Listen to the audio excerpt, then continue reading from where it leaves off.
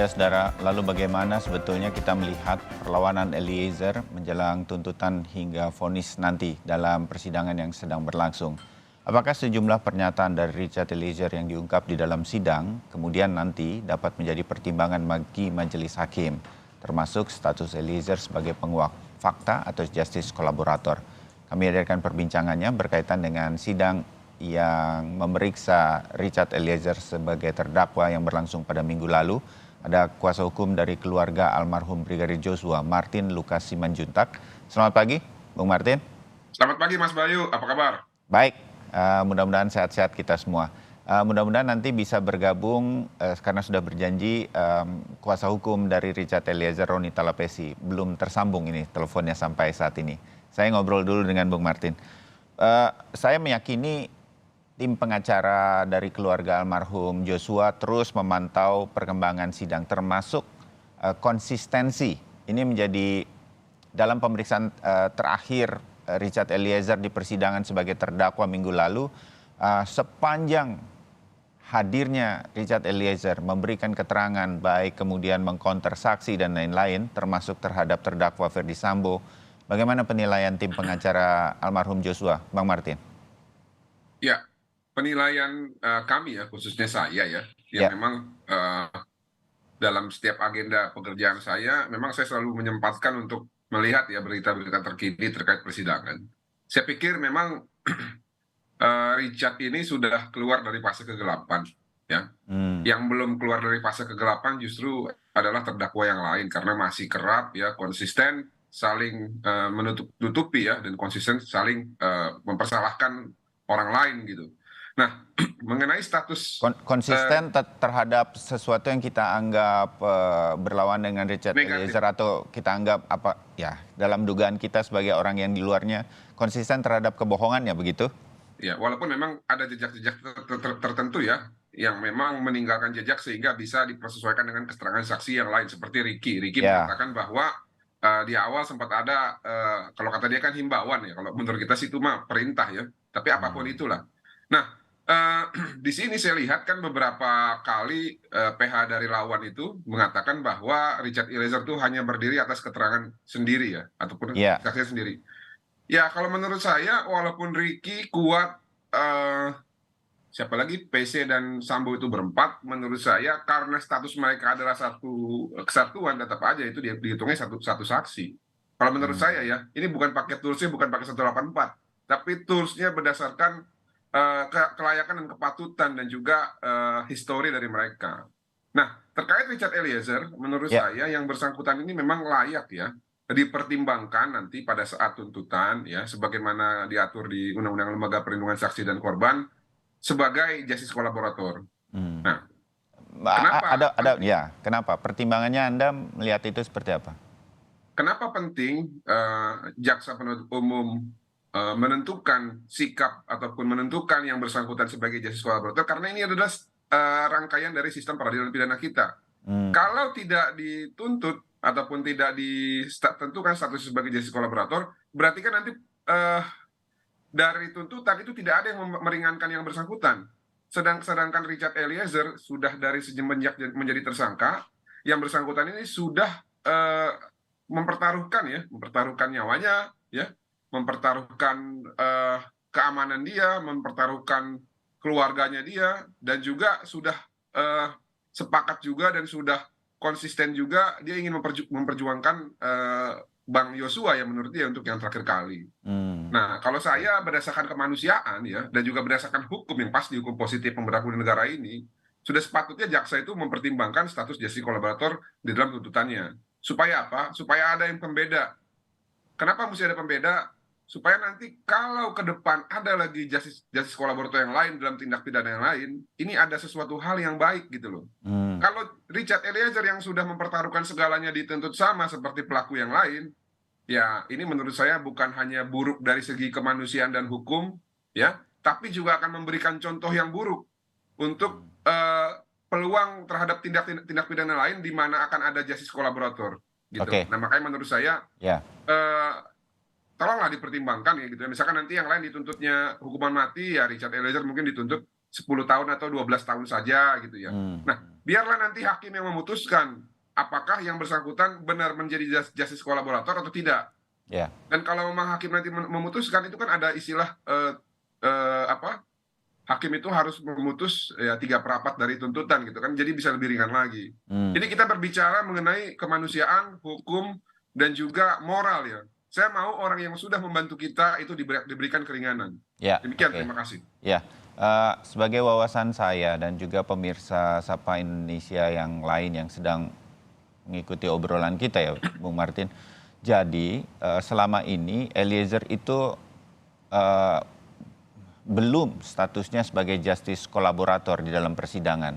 Sehingga kemudian perlu jaksa nanti menyampaikan ini di dalam tuntutannya dan berharap ini dikabulkan oleh majelis hakim. Kira-kira begitu ya.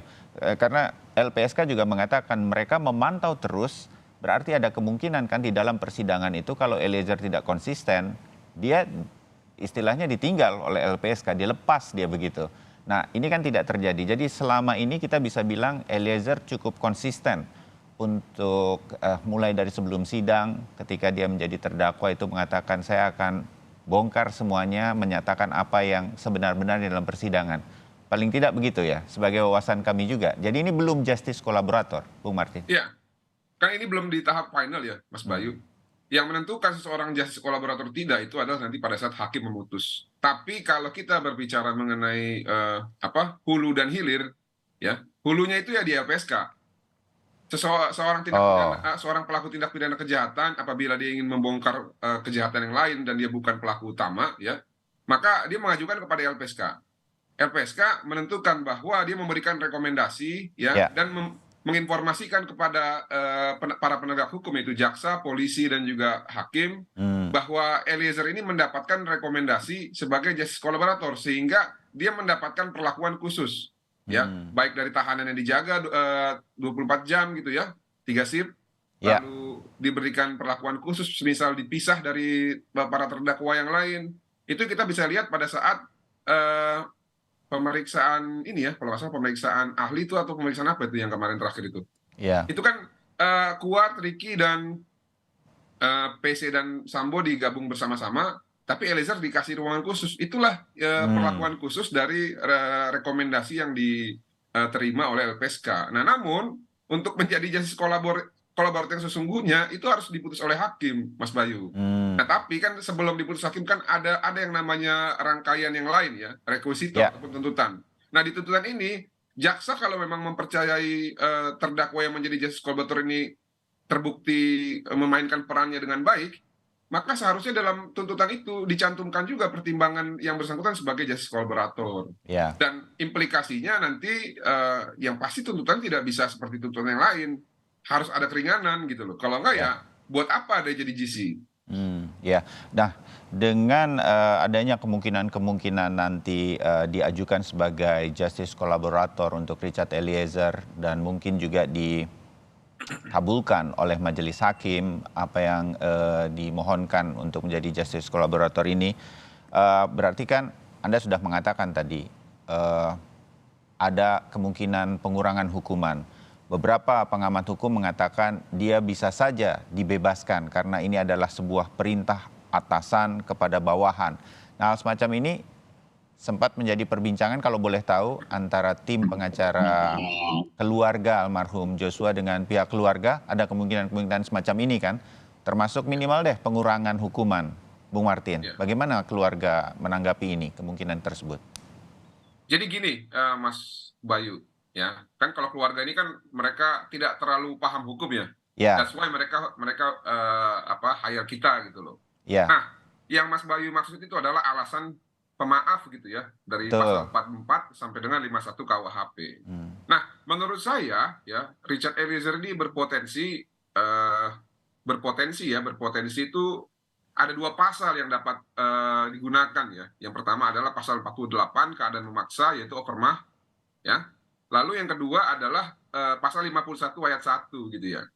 Nah, saya lihat para penasehat hukumnya dan juga ahli-ahli yang dihadirkan dan saksi yang dihadirkan itu mengarah ke arah 2 pasal tersebut gitu ya Mas Bayu ya. Sehingga tentunya apabila nanti hakim sependapat ya bisa saja bebas. Nah, tapi kan harus diuji dulu apakah dua pasal ini memenuhi keadaan ataupun peristiwa yang terjadi pada saat penembakan tersebut. Nah, terkait keluarga, saya kira keluarga kalau masalah meringankan mereka sudah sepakat ya. Kenapa? Ya, Mas Bayu lihat sendiri kan, Eliezer sudah meminta maaf kepada Ya, keluarga dan ya. keluarga pun sudah memaafkan. Itu nilainya ada, Mas Bayu. Hmm. Itu nilainya ada. Di dalam Sebagai persidangan ya. Iya, itu alasan itu nanti masuknya pertimbangan yang meringankan. Itu nah, Hmm. 4 terdakwa yang lain kan meminta maaf tapi belum ada secara tegas diberikan maaf. Kalau Richard Eliezer sudah sungkem dan sudah disalam bahkan berpelukan dengan keluarga korban. Ini di depan hakim selain keyakinan hakim ini adalah hal yang meringankan. Nah, terkait bebas ya, saya tidak dalam kapasitas bisa menentukan bagaimana sikap keluarga, Ya, tapi ya. yang pasti kalau saya kutip dari apa yang disampaikan oleh Bapak Samuel Huta Barat, diminta bahwa hakim yang memutuskan ya. Kalaupun Ya. nanti hakim berkata ya bahwa ada pertimbangan misalkan pasal 48 atau 51 yang sesuai dengan peristiwanya Richard, ya saya pikir eh, sebagai warga negara yang patuh terhadap hukum, kita semua harus menghargai hal tersebut. Tapi kan ini kan masih analisis ya. Kita Ya. tidak tahu apakah hakim akan membebaskan atau tidak. Namun yang pasti yang bisa saya pastikan, Richard Eliezer pasti akan mendapatkan keringanan. Kalau itu saya jamin. Demikian, terima kasih. Oke, sebagai sebuah amatan Anda sebagai penasihat hukum keluarga almarhum Joshua itu yang kira-kira mungkin terjadi. Bung Martin, saya sudah kehadiran juga di narasumber lain, Wakil Ketua LPSK, Bung Manajer Nasution ya. Selamat pagi. Pagi Mas Bayu, Assalamualaikum. Waalaikumsalam warahmatullahi wabarakatuh. Sekarang di studio bersama kita nih dua-duanya secara daring ada juga Bang Martin Lukasi Manjuntak dari penasihat hukum atau pengacara keluarga almarhum Joshua.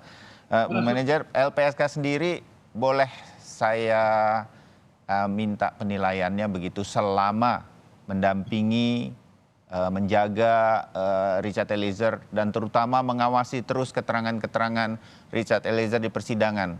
Ini LPSK menganggap tetap konsisten ya, apa yang kemudian diharapkan dari seorang yang nanti akan diajukan menjadi justice kolaborator ini diharapkan mendapatkan rekomendasi dari LPSK. Semua keterangannya membantu di persidangan, Bang Manajer. Iya, Baradae ini kan sudah mengajukan JC atau Justice Collaborator ke LPSK sejak 8 Agustus yang lalu. 10 Ya. Agustus kita jadikan sebagai terlindung dengan mekanisme darurat, lalu 1 pekan kemudian kita kukuhkan sebagai terlindungnya LPSK. Ya. Setelah itu kemudian LPSK kan melakukan yang oleh Bang Martin tadi 2 hal. Pertama memang kan ada 2 hak yang paling mendasar bagi seorang GC ya. Pertama perlakuan khusus betul. Dia kemudian kita koordinasikan sehingga pemisahan penahanan terpisah, kemudian pengamanan secara khusus, logistik kita sediakan, dokter standby, kemudian psikolog juga termasuk rohaniawan karena Eliezer itu dapat hak psikososial. Itu 1 ya. Nah yang kedua memang ada penghargaan sebetulnya. Itu yang tadi oleh Bang Martin disebut merupakan kewenangan dari majelis hakim. Ya. Tetapi untuk menilai apakah, kalau pertanyaan Mas Bayu tadi, apakah dalam pandangan LPSK Baradae itu konsisten? Karena kita bahwa salah satu persyaratan utama untuk disebut sebagai JC dan tetap dipertahankan dengan status hukum sebagai JC itu adalah betul tadi Bang Martin, kita sudah mengamati sejak dari awal, kita meyakini bahwa dia bukan pelaku utama, dia tahu siapa pelaku utamanya dan kemudian dia mengambil tanggung jawab untuk menyampaikan siapa pelaku utamanya dengan bekerja sama dengan aparat. Nah itu kita amati misalnya ya, ketika pertama oleh kawan-kawan Komnas HAM Baradae dipinjam untuk dimintain keterangan, kita dampingi, kita cocokkan dengan apakah sesuai dengan komitmen yang bersangkutan ketika pertama itu membuat perjanjian dengan LPSK. Kita nilai cocok, sesuai, relevan dan tetap sesuai dengan komitmen. Nah, yang kedua misalnya kita melihat, kita dampingi juga ketika ada rekonstruksi misalnya, Ya, apa yang disampaikan dan apa yang diperankan dan itu kita nilai tetap konsisten seperti yang disampaikan ke LPSK. Kemudian beberapa kali BAP di teman-teman Bareskrim, kita menilai juga tetap konsisten. Dan kita amati dari setiap persidangan, bahkan tadi Bang Martin menyebut ketika ketemu dengan keluarga dia mengakui semua perbuatan pidana itu, tetapi kemudian dia menyampaikan bahwa itu dilakukan atas perintah FS misalnya begitu. Dan ya, itu yang dikatakan ke kita. Dan sampai terakhir misalnya itu kita menilai Mas Bayu, ya. Bang Martin, itu kita nilai tetap konsisten dengan perjanjian perlindungan yang sudah dia tanda tangani dengan LPSK. Ya, artinya kalau di dalam rangkaian yang panjang seperti yang tadi dijelaskan Bung Manajer tadi, dia ada tidak konsisten, LPSK bisa pergi ya, bisa meninggalkan Baradae. Sebetulnya bisa begitu kan? Tapi LPSK memantau ini tetap dalam konsistensi, begitu ya Bung Manajer? Persis, karena salah satu dari perjanjian antara LPSK dengan itu adalah konsistensi pada keterangan ya. Tentu konsistensi keterangan yang kita maksud adalah kesediaan yang bersangkutan secara konsisten untuk mengungkapkan peristiwa yang sesungguhnya ya, sehingga peristiwa pidana ini menjadi terang benderang. Itu sesungguhnya yang kita nilai dan sampai alhamdulillah sampai sekarang kita menilai konsisten, Mas Bayu. Ya, oke. Nah, Bung Martin dan juga nanti saya kembali ke Bung Manajer ya. Tanpa bermaksud berpihak pada Baradae, bukan itu maksud saya, tetapi kira-kira begini. Kan ini berarti nggak mudah juga bagi Eliezer untuk mempertahankan konsistensi ketika bahasa saya biar memudahkan dikeroyok 4 keterangan yang mungkin sangat berbeda begitu. Dia sendirian yang menyampaikan sesuatu yang berbeda di dalam persidangan. Itu akan sangat terlihat dan sudah kita lihat begitu. Nah, bagaimana kemudian nanti saya meyakini berkali-kali berbincang dengan Bung Martin, dengan banyak pengamat hukum pidana bahwa ini akan menjadi keyakinan hakim lah, ditambah dengan bukti-bukti lain, saksi ahli, balistik, forensik dan semuanya. Itu pasti sekarang majelis hakim sudah punya keyakinan sendiri menuju ke vonis atau tuntutan dan kemudian nanti vonis, itu mana yang paling benar, mana yang kemudian tidak benar. Nah, upaya untuk melawan ketidakbenaran ini hanya disampaikan, kita meyakini, oleh Richard Eliezer. Nah, apa yang bisa dibantu LPSK terutama, atau siapapun lagi Bung Martin, agar justice kolaborator ini, bahasa saya, kebenaran seperti ini juga tidak mudah dari seseorang yang under pressure. Dia juga pasti mengalami dilema sejak di awalnya untuk kemudian mengungkapkan yang sebenarnya. Sehingga penghargaan semacam justice kolaborator ini bisa benar-benar muncul. Menurut Anda, Bung Martin, apa yang harus dilakukan agar harapan kita nanti jaksa penuntut umum menyampaikan permohonan, mudah-mudahan permohonan ini diterima sebagai sebuah pertimbangan oleh majelis hakim, apapun keputusan majelis hakim. Bung Martin? Ya, jadi gini, hakim itu kan punya kebijaksanaan atau wisdom. Sama, penuntut umum juga walaupun dia tugasnya untuk membuktikan tindak pidana, manakala mereka terbantu ya oleh justice kolaborator yang tadi diberikan rekomendasi oleh LPSK, mereka juga punya hati, Mas Bayu. Jadi saya pikir tidak semua penegak hukum itu menjalankan masing-masing tupoksinya hanya untuk ya menghukum ataupun hanya untuk memberatkan, tidak. Karena di dalam tuntutan jaksa pun nanti ada hal yang meringankan, ada hal yang memberatkan gitu ya. Nah, terkait tadi bagaimana caranya ya, kalau selama ini kan para penasihat hukum dari terdakwa ini mengatakan selain Eliezer ya, keterangan Eliezer itu hanya berdiri sendiri, padahal mereka lupa 183 KUHP gitu loh. Seandainya pun juga cuma satu saksi, asal ada alat bukti yang lain, hakim yakin selesai barang itu. Daripada mereka katanya ngakunya punya 4 saksi, tapi bobotnya dan kualitasnya sama gitu ya, sama-sama ke arah yang gelap, ya itu pun mungkin walaupun berdasarkan alat bukti itu satu alat bukti, tapi kalau hakim nggak percaya mau ngomong apa mereka. Nah, makanya menurut saya hari ini atau akhir-akhir ini, kasus Eliezer ini dan kasus Verdi Sambo ini kan bukan kasus biasa. ini kasus yang besar ya, kasus yang menentukan nasib bangsa ini, kasus yang menentukan titik baliknya kepolisian yang tadi sempat anjlok, haruslah naik lagi reputasinya, kalau nggak nanti negara kita ini bakal lebih kacau. Ya. Nah, dari aspek sosial jurisprudence ya, ataupun keadilan bagi masyarakat ya, kalau sampai nanti Eliezer ini tidak mendapatkan justice kolaborator, saya pikir ini akan menjadi presiden yang buruk. Kalau dalam kasus sebesar ini saja selevel Eliezer yang sudah didukung oleh publik, didukung oleh saya, didukung oleh keluarga korban, tidak mendapatkan justice kolaborator, apalagi yang nanti ya terdakwa lain, ya nggak akan dapat. Jadi percuma, orang ya menurut mereka nggak perlu jadi justice kolaborator, udahlah saya berkomplot saja sama penjahat gitu loh. Nah ini yang jangan sampai terjadi gitu loh ya. Oke, Bayu, baik. terima kasih. Ini pesan yang baik. Singkat dari Bung Manajer Nasution dari LPSK, apa yang nanti, apakah boleh mengingatkan jaksa penuntut umum sedemikian rupa melalui cara atau SOP yang benar sedemikian rupa agar tidak lupa untuk hal ini? Bung Kita Manajer. sudah melakukan mandat kita, pertama melindungi yang bersangkutan, memberikan perlakuan yang khusus, dan khusus penghargaan kita sudah bersurat secara resmi ke Kejaksaan melalui Kejaksaan Negeri Jakarta Selatan.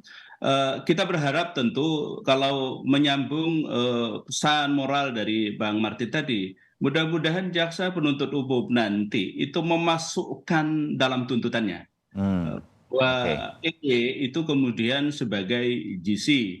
Kalau itu masuk, tentu kita berharap semakin memudahkan kita menilai, kemudian berharap bahwa majelis hakim pada saatnya itu memutuskan yang terbaik buat sebagai justice kolaborator. Kita bisa bayangkan kalau berandai-andai ini kemudian tidak, istilah Bang Martin tadi, keluar dari kegelapan menuju keterangan, menjadi ke suasana terang begitu ya. Apakah kita akan mendapatkan fakta sedemikian terang benderang misalnya? Karena itu saya kira memang jaksa, sekali lagi kita berharap punya wisdom, memang punya kebijakan, punya hati nurani untuk memasukkan dalam tuntutannya. Lalu nanti berharap pada saatnya hakim juga akan mempertimbangkan, kalaupun tidak membebaskan secara umum ya, tetapi kita berharap ada pengurangan hukuman, karena salah satu hak itu adalah reward, itu penghargaan dalam bentuk pengurangan hukuman. Kita minta doa mudah-mudahan itu sehat walafiat begitu ya, kuat dan bisa menyampaikan keterangan apa adanya sehingga peristiwanya menjadi terang benderang. Demikian Mas Bayu, Bang Martin. Ya, terima kasih Bung Manajer Nasution, Wakil Ketua LPSK dan penasihat hukum dari keluarga almarhum Joshua, Martin Lukasiman Juntak.